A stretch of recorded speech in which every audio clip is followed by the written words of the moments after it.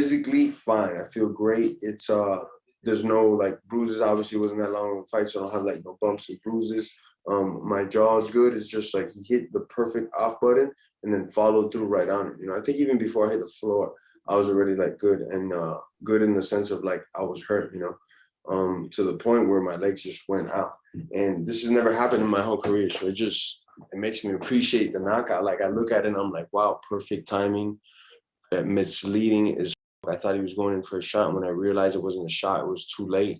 I was throwing my check left hook, but it was already too late. I read the information wrong. So he sold it to me beautifully. And that's why he got those results. And gosh, like of that moment right there, I am a fan, you know, because I love the sport so much. It's just beautiful technique.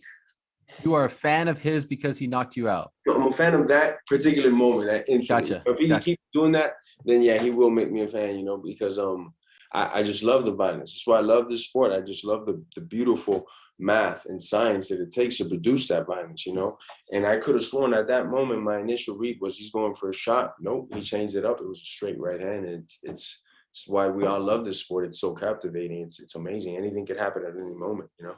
Did you underestimate his power?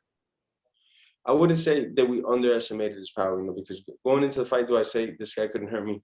We still have a very healthy fear of anybody that has two hands.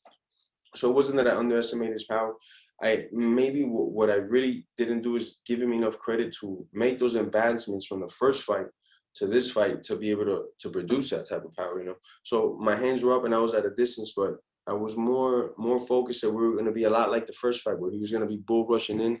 I was going to catch him up and be able to shook him off me. So that's why my left hand was a little bit low in anticipation of catching me. It's not because I wasn't respecting. It was more, I was more ready for a wrestling exchange, you know, more times than not with him, especially going into the second, you know, where I started to feel that that he might start wanting to wrestle now more, you know. So, man, hats off to him, man. He just picture perfect, you know. He was asked afterwards about the extra shots on the ground, and he said, to steal a phrase from you, that they were super necessary. Did you hear that? And if so, what did you think when you heard that?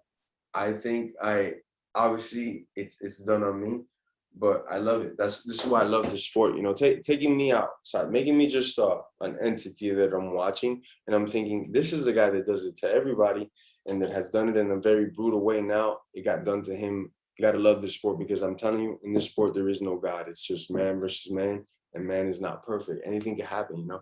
So that's why I love this game. That's why everybody around the world loves this game. It's beautiful, poetic, mathematical, scientific. It's just insane. It's an adventure every time. It's crazy, man. I never would have thought he would do that to me. Out of all the animals I fought in the stand-up world, guys that make their money off stand-up, it hasn't happened to me, and now it does. So it's what this game is, MMA. I love it.